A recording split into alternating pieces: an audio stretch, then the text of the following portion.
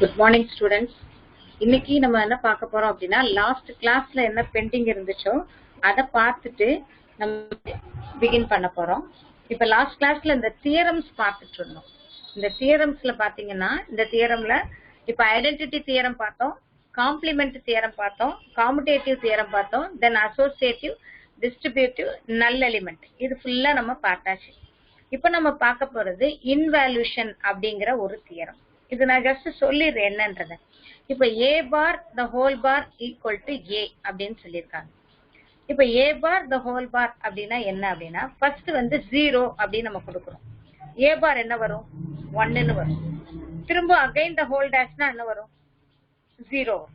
அப்ப a ல 0ன்னு கொடுத்தீங்கன்னா a dash the whole dash பண்ணும்போது a தான் கிடைக்கும். அதுதான் இன்வால்யூஷன். ஓகே.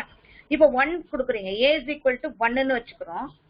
இப்போ நம்ம a is equal to 1 அப்படி நம்ம கொடுக்கும்போது a ல value a dash is 0, again a dash the whole dash is again 1. சரியா?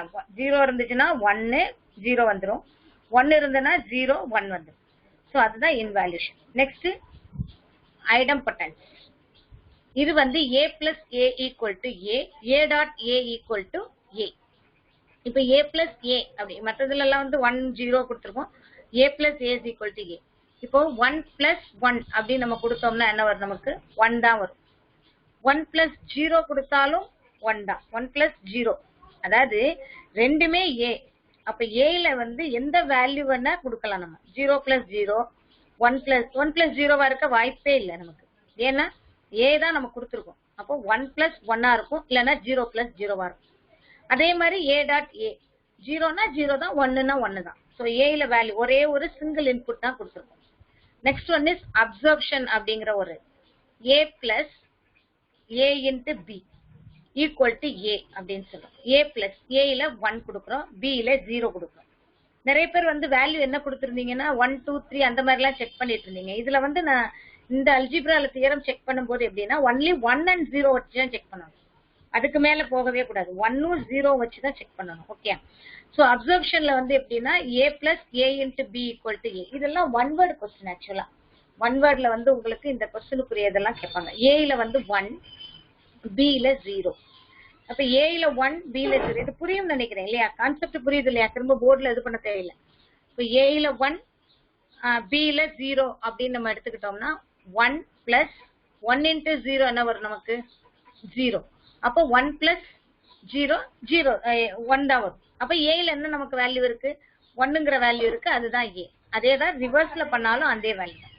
ஸோ நெக்ஸ்ட் தேர்ட் டிஸ்ட்ரிபியூட்டிவ்ங்கிறதும் அதே மாதிரி தான். டி மார்கன்ஸ்லாம் நமக்கு தெரியும். a plus b the whole dash equal to a dash dot b dash. இது வந்து தியரம்ஸ் தான் கேட்பாங்க, எக்ஸ்பிளனேஷன் கேட்க மாட்டாங்க.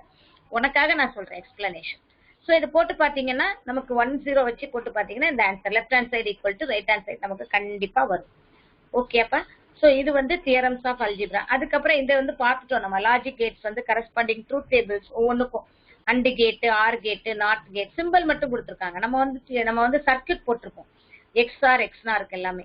ஸோ இது வந்து ஒரு டேப்லர் காலம் போட்டிருக்காங்க. அவ்வளவுதான் நமக்கு இந்த லெசன்ல இருக்கு. ஸோ ரொம்ப சிம்பிள். இது வந்து லாஸ்ட் கிளாஸ்ல பார்த்ததோட கண்டினியூஷன். இதுல ஏதாவது டவுட் இருந்தா நீங்க கேட்டுக்கலாம். அப்பதான் அடுத்த லெசனுக்கு நான் மூவ் பண்ண முடியும். Any doubt? ஏதாவது doubt? Yes or no? Any doubt? Doubt இருந்தா எஸ், இல்லைன்னா நோ போட்டுருங்க.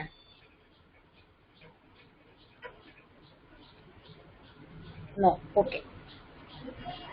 Next continue. நெக்ஸ்ட் போவோம்ப்பா. இப்ப நெக்ஸ்ட் லெசன் நம்ம என்ன பார்க்க போறோம் அப்படின்னா computer organization. So computer organisation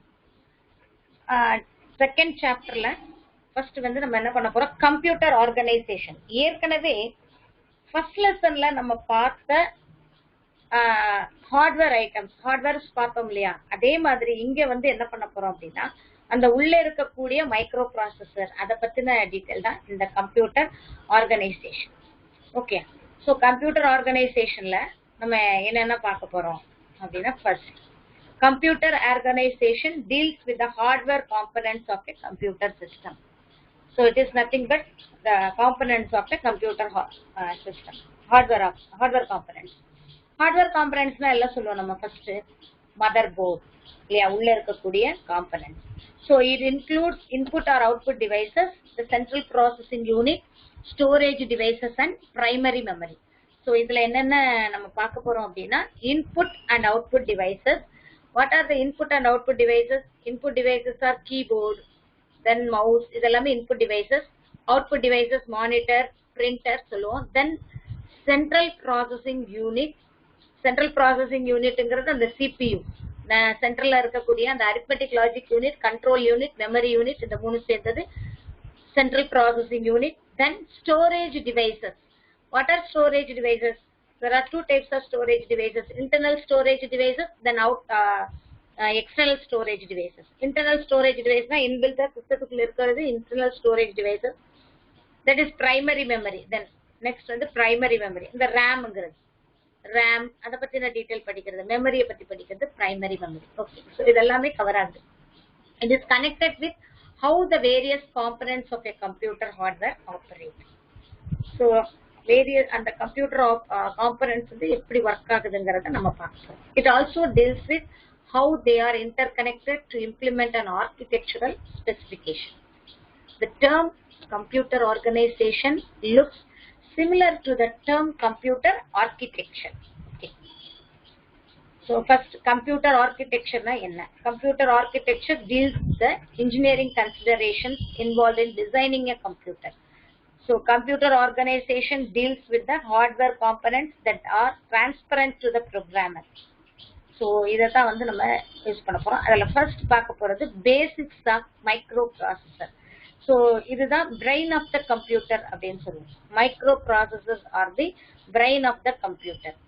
So first, the CPU is the major component of a computer which performs all tasks. இல்லையா, நம்ம input, output, central processing unit அப்படின்னு நம்ம சொல்றோம். அதுதான் major component of a computer. இல்லையா, நம்ம அந்த சைட்ல ஒரு பாக்ஸ் மாதிரி இருக்குல்ல, அதான் CPU-ன்னு சொல்லுவோம். அந்த CPU-ல இருக்கக்கூடியதான் மேஜர் காம்பனன்ட்ஸ் தான் நமக்கு எல்லா டாஸ்கையும் நமக்கு பண்ணுது. This is realized by the microprocessor, which is an integrated circuit. Microprocessors were first introduced in early 1970s. The first general purpose microprocessor 4004 was developed by Intel Inc. என்ன சந்தேகம் வந்துச்சு? நாகநிமேஷ்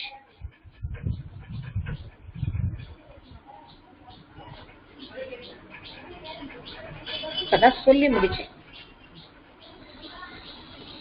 The first general purpose microprocessor 4004 was developed by Intel Inc. So first microprocessor அதான். இப்போ இங்க பாத்தீங்கன்னா இதான் வந்து 4004 இப்படிதான் இருக்கும் மைக்ரோப்ராசஸர். ஸோ மைக்ரோப்ராசஸர்ங்கிறது இதுதான். ஸோ அதுக்கப்புறம் இப்போ வந்து இதனோட இதெல்லாம் சேஞ்ச் ஆயிடுச்சு, கொஞ்சம் சிப் எல்லாம் வந்து டிஃப்ரெண்டா கொஞ்சம் மாடிஃபை பண்ணிட்டாங்க. So the microprocessor is a programmable multi-purpose silicon chip. It is driven by the clock pulses. It accepts input as a binary data, and after processing, it provides the output data as per the instructions stored in the memory. So input, microprocessor, then output. This is memory. The microprocessor la dhaan and memory irukum. So memory la nama sonnam illaya RAM அப்படிங்கிறது இந்த மைக்ரோப்ராசஸர்ல இருக்கக்கூடிய ஒரு பகுதி. So microprocessor குள்ள தான் நம்ம வந்து என்ன பண்ண போறோம், நம்ம ஒவ்வொரு இன்புட் டேட்டா அந்த பைனரி டேட்டாவா போகும், தென் அங்க ப்ராசஸ் பண்ணிட்டு தென் அவுட்புட் டேட்டாவுக்கு நமக்கு இன்ஸ்ட்ரக்ஷன் வரும். Okay, next one is the microprocessor is made up of three main units. So what are the units? Arithmetic and logic unit. And the microprocessor வந்து நம்ம மூணு main யூனிட்டா divide பண்றோம். One is arithmetic logic unit. So arithmetic logic unit purpose என்ன? To perform arithmetic and logical instructions based on computer instructions. So addition, subtraction, multiplication, division, then checking the conditions and or not, இதெல்லாமே check பண்றக்கூடிய area arithmetic logical unit. Next, control unit. To control the overall operations of the computer through signals. First classல சொன்னேன் இல்லையா, so the control unit தான் control பண்ணும். Then last one is the registers that are memory, internal memory. அதைத்தான் என்ன சொல்றோம் நம்ம, registers அப்படின்னு சொல்றோம். They are used to hold the instruction and data for the execution of the processor. So first அங்கதான் போகும் அப்படின்னு சொல்லியிருக்கேன், memory, RAM அப்படின்னு சொன்னேன் இல்லையா. So registers, internal memory. Okay. What are the characteristics of microprocessor? A microprocessor performance depends on the following characteristics. What are they? Clock speed, first one, instruction set, word size. So clock chip அப்படினு சொல்றது என்ன? Every microprocessor has an internal clock that regulates the speed at which it executes instructions. So instructions வந்து execute பண்றதுக்கு உள்ள இருக்கக்கூடிய எல்லா மைக்ரோப்ராசஸர்லயுமே ஒரு clock chip இருக்கும். சரியா? So then the second one is the speed at which the microprocessor executes instruction is called the clock speed. Clock speedங்கிறது என்னன்னா ஒரு இன்ஸ்ட்ரக்ஷன் நம்ம கொடுக்கக்கூடிய இன்ஸ்ட்ரக்ஷனை இந்த மைக்ரோப்ராசஸர் எவ்வளவு ஸ்பீடா எக்ஸிக்யூட் பண்ணுது அப்படிங்கறதா கிளாக் ஸ்பீட் அப்படின்னு சொல்றோம். சரியா? சோ எவ்வளவு தூரத்துக்கு அது வந்து எக்ஸிக்யூட் பண்ணுது அதான் கிளாக் ஸ்பீட். ஸோ அந்த கிளாக் ஸ்பீட் வந்து மெகா ஹெட்ஸ்லயும் சொல்லுவோம், ஜிகா ஹெட்ஸ்லயும் சொல்லுவோம். ஸோ முதல்ல வந்துட்டு இருந்தது மெகா ஹெட்ஸ், இப்ப ஜிகா ஹெட்ஸ் வர ஆரம்பிச்சிருச்சு. ஓகே, அதான் கிளாக் ஸ்பீட். நெக்ஸ்ட் வந்து இன்ஸ்ட்ரக்ஷன் செட் அப்படின்னா என்ன? So command which given the computer to perform an operation on the data is called the instruction. நம்ம கொடுக்கக்கூடிய கமாண்ட் அதத்தான் என்ன சொல்றோம்? இன்ஸ்ட்ரக்ஷன். மைக்ரோப்ராசஸர் எவ்வளவு ஃபாஸ்டா ப்ராசஸ் ஆகுது அப்படின்னு சொல்றது வந்து கிளாக் ஸ்பீட். நம்ம கொடுக்கக்கூடிய இன்ஸ்ட்ரக்ஷன், அந்த இன்ஸ்ட்ரக்ஷன் படி அந்த ஆபரேஷன் வந்து ஒர்க் ஆயிட்டு இருக்கு. So that is call instruction. Then basic set of machine level instructions that a microprocessor is designed to execute is called an instruction set. அதாவது நம்ம ஒரு செட் ஆஃப் எப்படி எடுத்துக்கலாம் அப்படின்னா குரூப் ஆஃப் கமாண்ட்ஸ் நம்ம கொடுப்போம். ஸோ குரூப் ஆஃப் இன்ஸ்ட்ரக்ஷன் அந்த மாதிரி கொடுத்து அது எக்ஸிக்யூட் ஆச்சுன்னா அதுக்கு பேர் வந்து இன்ஸ்ட்ரக்ஷன் செட். நம்ம கொடுக்கக்கூடிய ஒரு single data it is called instruction. Group of datas are called instruction data.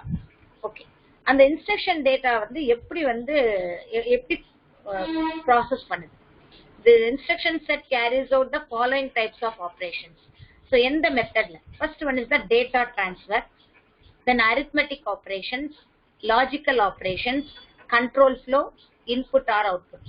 So இது data transfer, ஒரு இடத்துல இருந்து இன்னொரு இடத்துக்கு. அடுத்து arithmetic operations, addition subtraction பண்ணுது. logical operation கண்டிஷன் செக் பண்றது. கண்ட்ரோல் ஃப்ளோ, ஒரு இடத்துல கண்ட்ரோல் ஃப்ளோங்கிறது எங்க போகணும். டேட்டா டிரான்ஸ்ஃபருக்கும் கண்ட்ரோல் ஃப்ளோவுக்கும் டிஃபரன்ஸ் என்ன அப்படின்னா, டேட்டா டிரான்ஸ்ஃபர் ஒரு லொகேஷன்ல இருந்து இன்னொரு லொகேஷனுக்கு டேட்டா வந்து டிரான்ஸ்ஃபர் பண்ணுது. Only data transfer.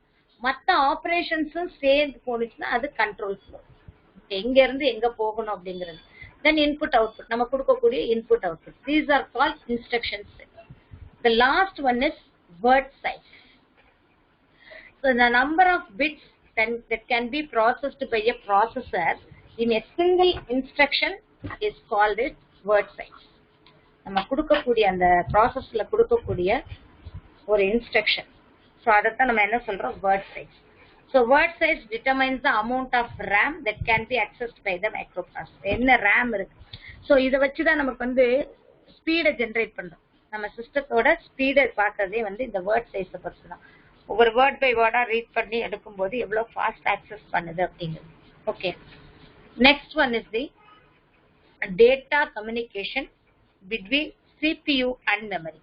ஸோ நம்ம இந்த மதர் போர்டை ஓபன் பண்ணி பார்த்தீங்கன்னா நமக்கு இந்த டேட்டா கம்யூனிகேஷன் கேபிள்ஸ் எல்லாம் இருக்கும். அதுக்கு பேர் வந்து டேட்டா கேபிள், டேட்டா கார்ட்ஸ் அப்படின்னு சொல்லுவோம், பஸ் அப்படின்னு சொல்லி நம்ம இதுல சொல்லும்போது. சரியா? ஒரு லொகேஷனுக்கு இன்னொரு லொகேஷனுக்கு உள்ளது. அதாவது central processing unit has a memory data register and a memory address register. ரெண்டு இருக்கு. அந்த சென்ட்ரல் ப்ராசஸிங் யூனிட்ல MDR அண்ட் MAR அப்படின்னு ரெண்டு. ஒன்னு வந்து memory data register, another one is memory address register. So அந்த மெமரி டேட்டா ரெஜிஸ்டரையும் அந்த அது எதுக்காக யூஸ் பண்றோம்னா டேட்டா டிரான்ஸ்ஃபருக்காக. Memory to CPU, memory and the CPU. The memory data register keeps the data which is transferred between the memory and the CPU. Memory க்கும் CPU க்கும் வந்து நமக்கு வந்து ஒரு டேட்டாவை டிரான்ஸ்ஃபர் பண்றதுக்கு அந்த டேட்டாவை தக்க வச்சுக்கிறது தான் இந்த மெமரி டேட்டா ரெஜிஸ்டர். ஓகேயா? ஸோ the program counter அப்படின்னு சொல்லுவோம். இது ஸ்பெஷல் ரெஜிஸ்டர். இது வந்து ஒரு special register in the CPU which always keeps the address of the next instruction to be executed. இது எப்படி ஞாபகம் வச்சுக்கலாம் அப்படின்னா, இப்ப நம்ம 10 இன்ஸ்ட்ரக்ஷன் கொடுக்குறோம் அப்படின்னா ஃபர்ஸ்ட் ஒன் வந்து போறப்ப டேட்டா ரெஜிஸ்டர்ல போய் உட்காந்து, அடுத்தது என்ன பண்ணுனா அந்த டேட்டா ரெஜிஸ்டரோட அட்ரஸ்னா ஒரு லொகேஷன் அப்படின்னு எடுத்துக்கிட்டோம்னா டேட்டாஸ் போறப்போ அதுக்கு ஒரு அட்ரஸ் இருக்கும். அந்த அட்ரஸ் ஸ்டோர் பண்ணக்கூடிய பிளேஸ் தான் மெமரி அட்ரஸ் ரெஜிஸ்டர் அப்படின்னு சொல்லுவோம். அந்த சிபியூல எப்பவுமே ஒவ்வொரு இன்ஸ்ட்ரக்ஷன் போக போக போக போக ஒவ்வொரு அடுத்தடுத்த இன்ஸ்ட்ரக்ஷனுக்குரிய அட்ரஸை வந்து இது பண்ணும். அதனாலதான் நம்ம வந்து கம்ப்யூட்டர்ல சொல்லுவோம் அட்ரஸை பேஸ் பண்ணி நம்ம போறது ஃபாஸ்டா இருக்கும் அப்படின்னு. எதை வச்சு இதை சொல்றோம் அப்படின்னா, இப்ப நீங்க வந்து ஒரு ஏரியால போய் வீடை தேடுறீங்க. இப்ப நான் அட்ரஸ் சொல்றேன், அட்ரஸ் சொன்ன உடனே நீங்க போய் தேடுறீங்க. தேடும் போது நான் சொல்றேன் இந்த மாதிரி பச்சை கலர் பில்டிங்கு, அந்த பச்சை கலர் பில்டிங்ல வந்து நீளமான பில்டிங்கு, முன்னாடி வேப்ப மரம் இருக்கும், அதுக்கப்புறம் கார் நின்றுட்டு இருக்கும், இப்படி ஏதாவது ஒரு அடையாளம் சொல்றேன்னா உனக்கு கண்டுபிடிக்கிறதுக்கு அந்த சந்துக்குள்ள போறதுக்கு ஒரு கொஞ்சம் டைம் எடுக்கும். இங்க இருந்து திரும்பி இந்த சந்துக்குள்ள வரணும். அப்போ இந்த மாதிரி சொல்றப்போ கொஞ்சம் டைம் எடுக்கும் இல்லையா? கண்டுபிடிப்போம், நம்ம வீடை வந்து கண்டுபிடிச்சிருவோம், பட் அது டைம் எடுக்கும். இதே இது நான் வந்து கரெக்டா இந்த சந்து பேரு, சந்தோட பேர்லாம் முதல்ல சொல்லல, எதுவுமே சொல்லாம இப்படி வரணும், ரைட்ல வரணும், லைட்ல 2வது கட்டிங்க அப்படியெல்லாம் சொல்லிட்டு போனோம்னா கொஞ்சம் கஷ்டமா இருக்கும். இதே நான் வந்து பாரதியார் ஸ்ட்ரீட்ல கடைசி வந்துரு, கடைசியில வந்த பிறகு 159 என்னோட அட்ரஸ் அப்படின்னு நான் சொன்னேன்னா கரெக்டா போய் நம்ம என்ன பண்ணுவோம், அந்த அட்ரஸ் எங்கேயுமே தேட மாட்டோம். இங்க 158 ஓகே 159 அப்படின்னா அந்த அட்ரஸ் வந்து கரெக்டா சர்ச் பண்ணி போயிடும் இல்லையா? சோ அப்ப அட்ரஸ் இருந்துச்சுன்னா நமக்கு எப்படி இருக்கும், ஃபாஸ்டா நம்ம போய் நம்ம ரீச் ஆயிடும். அதே மாதிரி கம்ப்யூட்டர்ல வந்து ஒரு டேட்டாவை டிரான்ஸ்ஃபர் பண்ணும்போது நமக்கு என்ன பண்ணுவாங்க அப்படின்னா, அந்த டேட்டா ரெஜிஸ்டர்ல இருக்கக்கூடிய அந்த டேட்டாஸ்ல இருக்கக்கூடிய அட்ரஸ அந்த மெமரி அட்ரஸ் ரெஜிஸ்டர்ல போய் ஸ்டோர் பண்ணிட்டே வரும். ஒவ்வொரு டைமும் நம்ம வந்து ப்ராசஸ் பண்ண அதுல போய் ஸ்டோர் ஆயிட்டே வரும். சோ அதனாலதான் அந்த சிஸ்டத்தோட ஸ்பீட் வந்து அதிகமாகிட்டே வரும். ஓகே, நெக்ஸ்ட் என்ன கொடுத்திருக்காங்க, the arithmetic and logic unit of a CPU places the address of the memory to be fetched into memory address register. அது என்ன பண்ணுது, அந்த CPU வந்து அட்ரஸ் ரெஜிஸ்டர்ல இருக்கக்கூடிய அட்ரஸை ஃபெட்ச் பண்ணி மெமரி அட்ரஸை ஃபெட்ச் பண்ணி ஃபாஸ்டா வந்து என்ன பண்ணுது, அரித்மெட்டிக்கோ இல்ல லாஜிக் யூனிட் கால்குலேஷன்ஸோ ஃபாஸ்டா நடக்குது. நெக்ஸ்ட் வந்து இதை கனெக்ட் பண்றதுக்கு நம்ம யூஸ் பண்ணக்கூடியதுதான் நம்ம என்ன சொல்றோம், பஸ் அப்படின்னு சொல்றோம். A bus is a collection of wires used for communication between the internal components of a computer. இப்ப நம்ம இதை ஈஸியா வந்து பார்க்கலாம் எங்க அப்படின்னா, இப்ப கம்ப்யூட்டர் நீங்க வந்து CPU ஓபன் பண்றீங்க. ஓபன் பண்ண உடனே பாத்தீங்கன்னா அதுல உள்ள என்னென்ன இருக்குன்னு பாத்திருக்கீங்களா யாராவது? அந்த உள்ள பார்ட்ஸ் யாராவது பாத்திருக்கீங்களா, என்ன பார்ட்ஸ் எல்லாம் இருக்குன்னு சொல்லிட்டு விசாரணம்? எத்தனை பேர் பாத்திருக்கீங்க உள்ள ஓபன் பண்ணி CPU ஓபன் பண்ணி உள்ள என்னெல்லாம் இருக்குன்னு பாத்திருக்கீங்க? கண்டிப்பா ஒரு சிலர் பாத்திருக்கிறதுக்கு வாய்ப்பு நிறைய இருக்கு. சோ உள்ள ஓபன் பண்ணி பாத்து எத்தனை பேருமா பாத்திருக்கீங்க? எஸ்ஆர்னோ டைப் பண்ண பாத்திருக்கீங்க?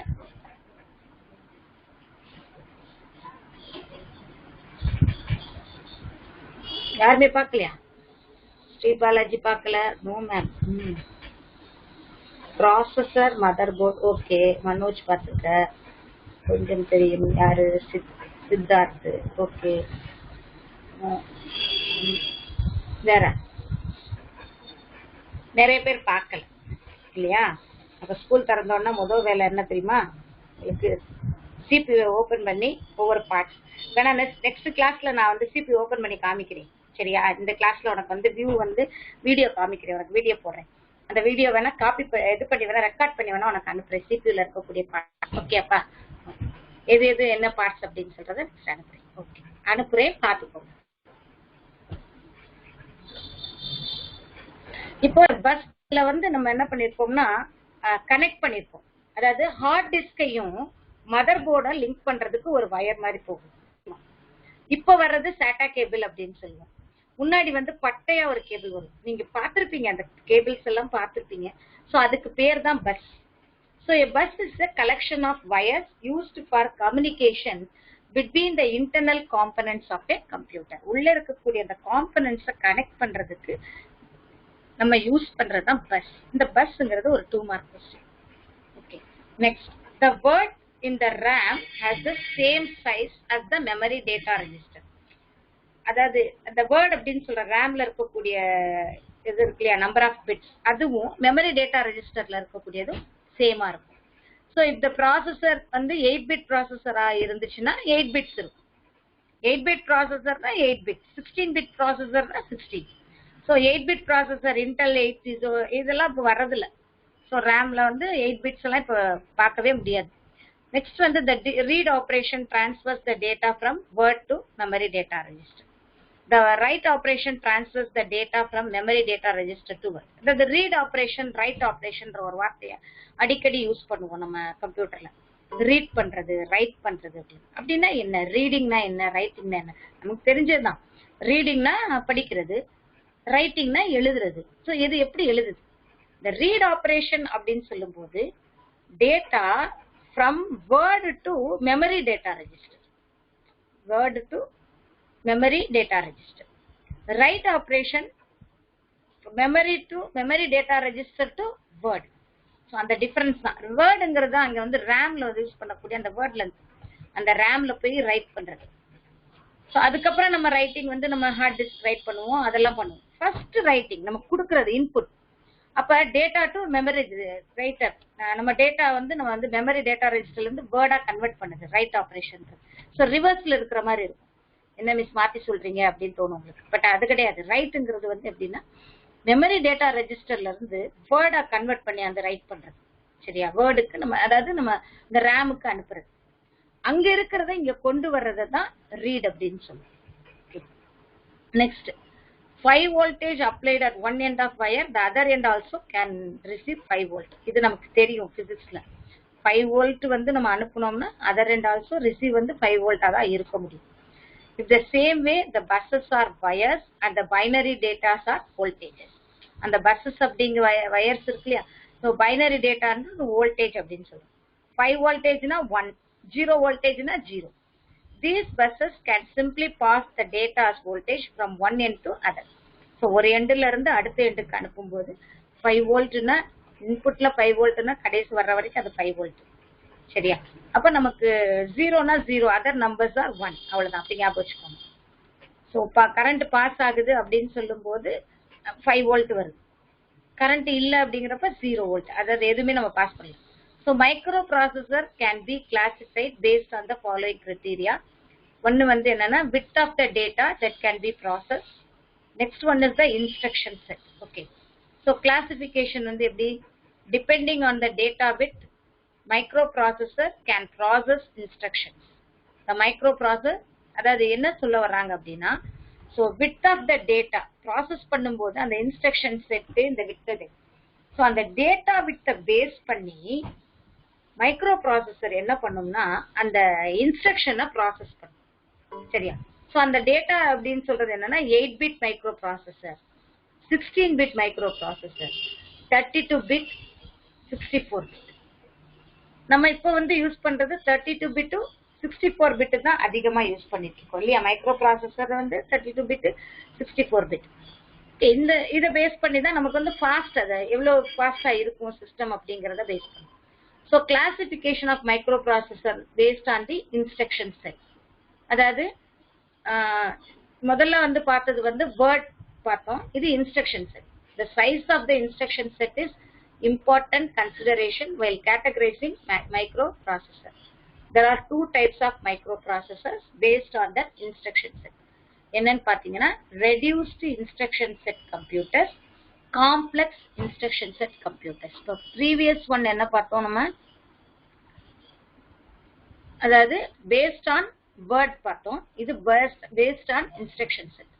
அந்த reduced instruction setக்கு எக்ஸாம்பிள் அப்படின்னு பார்த்தீங்கன்னா Pentium 4, Intel P6, AMD processor நம்ம இப்போ யூஸ் பண்ணிட்டு இருக்கிறது இதெல்லாமே. ஸோ இதுதான் reduced instruction set தான் நம்ம யூஸ் பண்ணிட்டு இருக்கோம். அடுத்து காம்ப்ளெக்ஸ்ல வந்து இன்டெல் பென்டியம் 2, 3, மோட்டோரோலா 68000 இது வந்து advanced one. So complex instruction set computers. So AMD processors எல்லாம் நார்மலா யூஸ் பண்றோம், பென்டியம்லாம் யூஸ் பண்றோம். சரியா? ஸோ இது வந்து ப்ராசஸர் உள்ள இருக்கக்கூடிய ப்ராசஸரை பேஸ் பண்ணி தான் நம்ம வாங்குவோம். இப்போ நம்ம என்ன பண்ணுவோம்? இன்டெல் பென்டியமா வாங்குறோம் இல்லையா? அந்த ப்ராசஸர்ங்கிறது ரெடியூஸ்ட் இன்ஸ்ட்ரக்ஷன் செட் தான் அதிகமா யூஸ் பண்ணிட்டு இருக்கிறது. ஓகே. Then memory devices. என்னென்ன மாதிரியான memory devices? A memory is just like a human brain. It is used to store data. தெரியும் நமக்கு. அதாவது மெமரிங்கிறது ஹியூமன் பிரெயின் மாதிரி போய் நம்ம அதில் போய் டேட்டாவும் இன்ஸ்ட்ரக்ஷனையும் போய் ஸ்டோர் பண்ண போறோம்.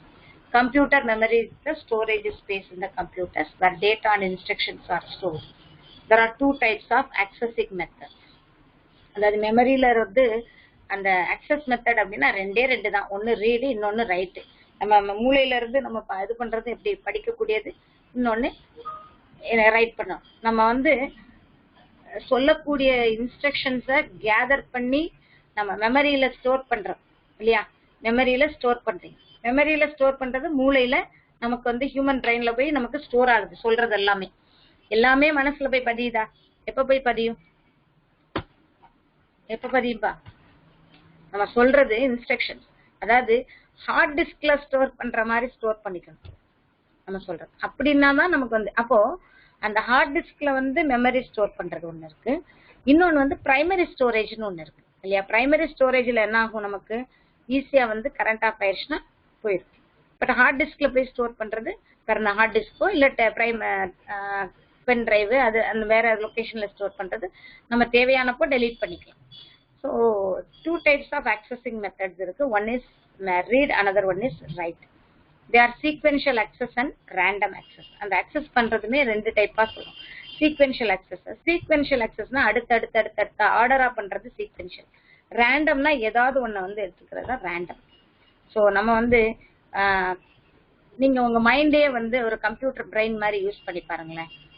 அதாவது காலையில எந்திரிச்சதுல இருந்து நம்ம வந்து ஒரு வேலையை வந்து மைண்ட்ல செட் பண்ணிக்கிறது, இது அடுத்தடுத்து இதை பண்ணிட்டே போகணும்னு சொல்லி செட் பண்ணிக்கிட்டீங்கன்னா கண்டிப்பா அந்த பிரெயின் வந்து நமக்கு அதே மாதிரியே ஒர்க் ஆகும். அந்த இன்னொன்னு என்ன ஆகும்னா, அந்த சீக்வென்ஷியலா பண்ணும்போது நம்ம வந்து நடுவுல ஒண்ணு ஸ்டாப் ஆயிடுச்சுன்னு வச்சுக்கோங்களேன், டென்ஷன் ஆயிப்போம் நம்ம. ஸோ ரேண்டமா பண்ணிட்டே வருவோம். அதாவது ஒரு ஆர்டர் வச்சிருப்போம், அந்த ஆர்டர்ல பண்ணாம வேலையை ரேண்டமா பண்ணும்போது ஃபாஸ்டா இருக்கும், நம்மளோட ஒர்க் வந்து ஃபாஸ்டா இருக்கும். இதுக்கப்புறம் இது பண்ணணும் நம்ம சொல்லுவோம், பட் ஆனா அதுக்கு பதிலா இந்த ஒர்க்கை முடிச்சுட்டு பண்ணுவோம். சைட் பை சைடா ரெண்டு டைம் பண்ணுவோம். ஸோ ரேண்டம் ஆக்சஸ்ங்க தான் ஃபாஸ்ட் இருக்கும். சீக்வென்ஷியல் ஆக்சஸ் வரும்போது, பட் இன்னொன்னு என்னன்னா, சீக்வென்ஷியல் ஆக்சஸா பண்ணும்போது ஸ்டார்டிங்ல இருந்து எண்டு முடிக்கிற வரைக்கும் ஸ்டார்டிங்ல ஒன் பை ஒன்னா அது ஒரு ஒர்க் கம்ப்ளீட் ஆனாதான் அடுத்ததுக்கு போகும் இல்லையா? பட் ரேண்டம்ல அப்படி கிடையாது. இந்த ஒர்க் அப்படியே வச்சுட்டு அடுத்ததுக்கு போகலாம். இப்ப நம்ம மைண்ட்ல வந்து சீக்வென்ஷியலா செட் பண்ணிட்டு ரேண்டமா ஒர்க் பண்ணிக்கலாம். பட் சீக்வென்ஷியலாவே நம்ம ஒர்க் பண்ணணும்னு நினைச்சோம்னா அதுக்கேத்த மாதிரி ஒர்க் பண்றது ரொம்ப கஷ்டம். அதாவது சீக்வென்ஷியலா ஒர்க் பண்ணா ஒரு வேலை நடந்துகிட்டு இருக்கு, நடுவுல ஸ்டாப் பண்ணிட்டு, ஒன்றும் இல்லை, உங்க அம்மா காலையில சமையல் அறைக்குள்ள இருப்பாங்க, நீ கூப்பிட்டோன்னு ஓடி வருவாங்கல்ல, அப்ப அவங்க வந்து சீக்வென்ஷியலா நான் அதை முடிச்சுட்டு தான் வருவேன்னா என்ன ஆயிரும், எல்லாமே கொலாப்ஸ் ஆகும். ஸோ ஃபாஸ்டும் இருக்காது. அந்த சீக்வென்ஷியல் ஆக்சஸ் பண்ணிக்கிட்டே ரேண்டமும் பண்ணுவாங்க அவங்க. ஸோ நம்ம மைண்டை அப்படிதான் செட் பண்ணிக்கணும். நம்மளோட பிரெயினை வந்து எப்படி செட் பண்ணிக்கணும், அந்த மாதிரி ஒர்க்கை ஸ்டார்ட் பண்ணி பண்ணும்போது நம்மளோட ஒர்க் வந்து ஃபாஸ்டா இருக்கும். ஸோ ரேண்டமா நமக்கு ஒர்க் பண்ண தெரியணும். சீக்வென்ஷியலா செட் பண்ணாலும் ரேண்டமா ஒர்க் பண்ண தெரிஞ்சாதான் நம்மளால ஃபாஸ்ட் ஆக்சஸ் பண்ண முடியும். இன்னொன்னு, சீக்வென்ஷியலா தான் நம்ம வந்து கண்டிப்பா அதை ப்ராசஸ் சீக்வென்ஷியலா ஆர்டர் பண்ணி வச்சுக்கணும். ஏன் அப்படின்னா, நம்ம ரேண்டமா பண்ணுவோம் அப்படின்னு சொல்லிட்டு எப்படி வேணா பண்ணலாம் அப்படின்னோம்னா அந்த கண்டினியூவேஷன் கிடைக்காது. ஒரு ஒர்க்கை வந்து ஸ்டாப் பண்ணும்போது எங்க நிப்பாட்டணும் எங்க ஸ்டார்ட் பண்ணணும்ன்றது இருக்காது. பட் ஆனா சீக்வென்ஷியல் ஆக்சஸும் இருக்கணும், அட் தி சேம் டைம் ரேண்டமாவும் ஒர்க் பண்ண தெரியும். சரி, சீக்வென்ஸ்னா என்னன்னு புரிஞ்சிருக்கும், ஸ்டெப் பை ஸ்டெப்பா பண்றது. In sequential access, the memory is accessed in an orderly manner from starting to end. But in random access, any byte of memory can be accessed directly without navigating through previous page. எதை பத்தியும் கவலைப்படாம நம்ம போறது. So different memory devices are arranged according to the capacity and speed. அதை base பண்ணி different இது வந்து நமக்கு தான். சரியா? இப்ப பாருங்களேன், இதுல வந்து பார்த்திருக்கோம்னா smaller capacity to faster access time and higher cost. First வந்து ஹார்ட் டிஸ்க், அதுக்கப்புறம் main memory, then cache memory. Largest கெப்பாசிட்டின்னு சொன்னோம்னா largest capacity and slower access time and lower cost. இந்த காட்சி மெமரி ஃபாஸ்டா இருக்கும், செம்ம ஃபாஸ்டா இருக்கும். ஆனா காட்சி மெமரி வந்து எப்படின்னா ஒர்க்கிங் வந்து நமக்கு எப்படி இருக்கும், அதுல இருந்து காட்சி மெமரில இருந்து ஸ்டார்ட் பண்ணீங்கன்னா larger capacity, slower access time and lower cost. Hard டிஸ்க்ங்கிறது வந்து நமக்கு வந்து நம்ம அதுல போய் ஸ்டோர் பண்ணி பெர்மனண்டா ஸ்டோர் பண்ணி எடுத்துக்கலாம். சரியா? ஸோ இதுதான் வந்து ஒர்க்கிங் கெப்பாசிட்டி ஆஃப் இந்த memories. Cache memory, main memory, hard disk அப்படின்னு கொடுக்குறோம். ஸோ கீழ இருந்து மேல ஹார்ட் டிஸ்க்ல இருந்து smaller capacity, faster access time and higher cost இதை சொல்லும்போது. சரியா? கேட்சே மெமரில இருந்து வரும்போது larger capacity, slower access time and lower cost. சரியா? இப்போ உங்களுக்கு ஓகே? இதுல ஏதாவது சந்தேகங்கள் இருக்கா? Any doubt? டைம் இருந்துச்சுன்னா உனக்கு இதை ஓபன் பண்ணி காமிச்சிடுறேன் நான் இதுல. ஓகேப்பா, இதுல ஏதாவது டவுட் இருக்கா? கொஸ்டினரி செக்ஷனுக்கு போலாமா? Okay.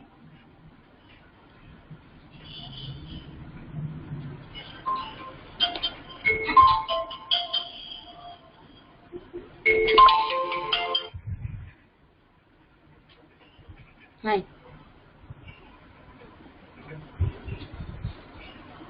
So in the questionnaire session la nama paaka pora first question, which of the following is said to be brain of the computer? So brain of the computer எது? இப்போ நான் வந்து questionnaire sectionக்கு வந்து நான் உன்னைய போயிட்டு அதுக்கப்புறம் brain of the computer answer எதுல கொடுத்துட்டு இருக்கீங்களா? brain of the computer. யாருமே கரெக்டா சொல்லலையே. Which one of the following is the said to be the brain of the computer? என்னென்ன கொடுத்திருக்கேன்னு பாருங்க, ஆப்ஷன்ஸ் என்னென்ன கொடுத்திருக்கேன்னு பாருங்க, அதுக்கப்புறம் ஆன்சர் சொல்லு. சரியா? Right. Input devices, output devices, memory devices, micro processor. Which one is the correct one?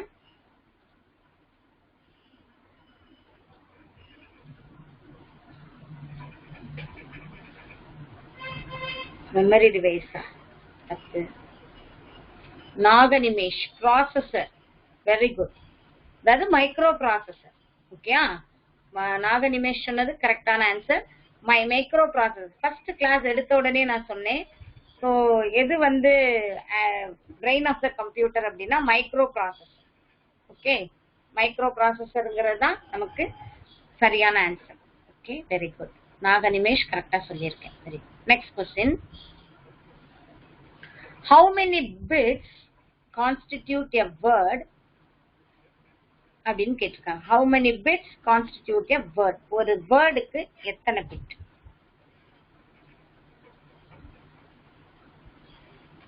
Answer என்னப்பா? how many bits constitute a word? 8, 16, 32, determined by the processor used. என்ன answer? Option D. Very good, very good. Okay, very good. நிறைய பேர் சொல்லியிருக்கீங்க. Determined by the processor used. இல்லையா? என்ன processor use பண்றோமோ அதை base பண்ணி வரும். Okay.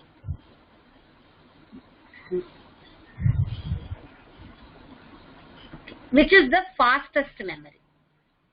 Hard disk, main memory, cache memory, Blu-ray disk. இது வந்து fastest memory. Which one is the fastest?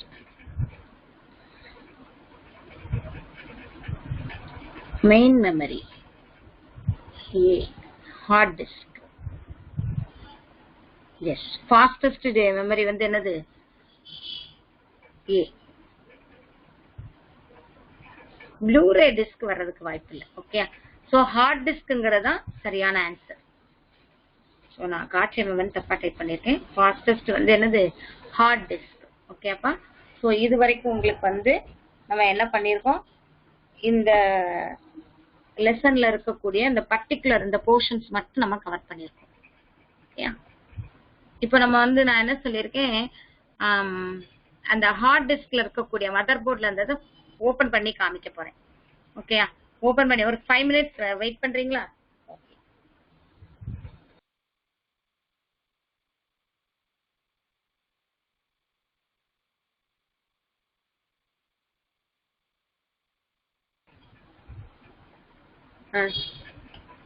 Students,